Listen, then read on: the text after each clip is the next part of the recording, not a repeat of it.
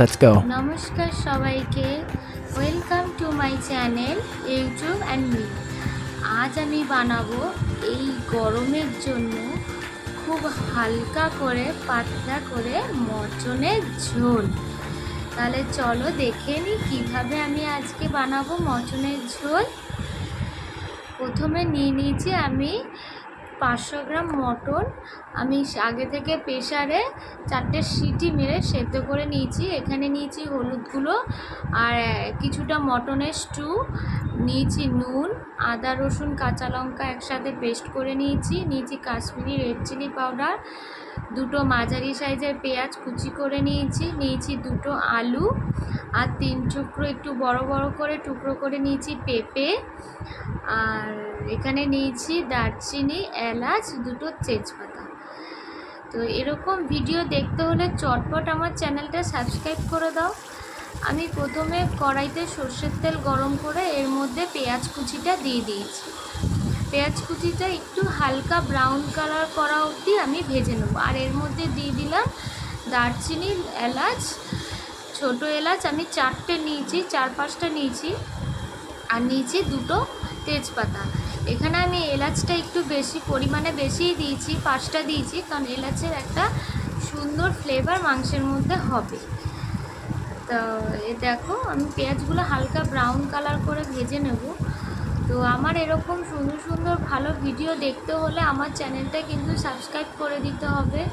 শুধু দেখে চলে গেলেই হবে না, ভিডিওটা একটু লাইক করে দিও, আর কেমন লাগলো সেটা কমেন্টে জানিও, আর প্লিজ চ্যানেলটা সাবস্ক্রাইব করে দিও। কিন্তু তোমাদের সাপোর্টেই আমি এগিয়ে যাব। এরকম আরও অনেক রান্নার ভিডিও নিয়ে আমি আসবো। দেখো আমি পেঁয়াজটা কালারটা হালকা ব্রাউন কালার হয়ে এসেছে। তো এর মধ্যে আমি দিয়ে দিলাম 4 টেবিল স্পুন আদা রসুন পেস্ট। আমি আদা রসুনের সাথে একবারে কাঁচা লঙ্কাও পেস্ট করে নিয়েছি।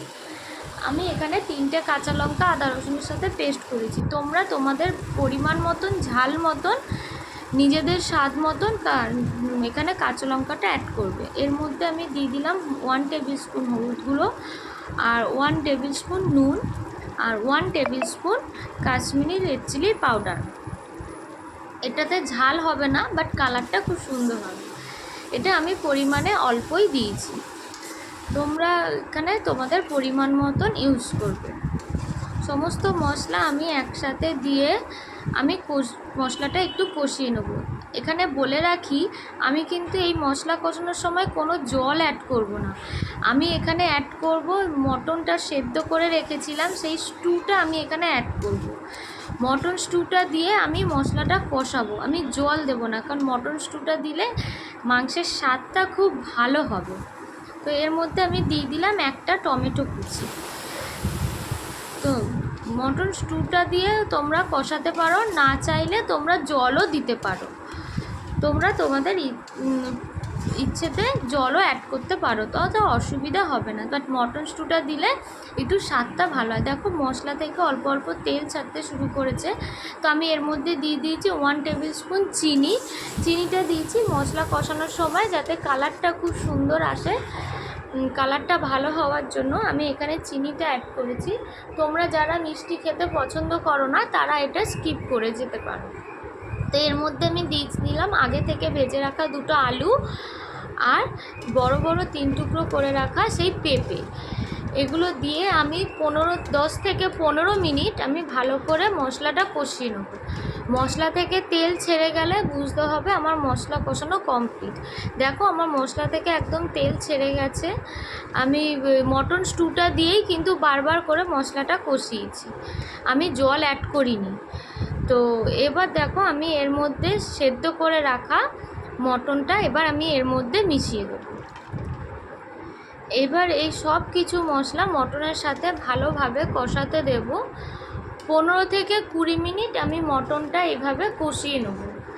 আমি এখানে আলাদা করে কিন্তু এখনও অবধি জল অ্যাড করিনি, মটন স্টুটা দিয়েই এখানে কষানোটা হচ্ছে।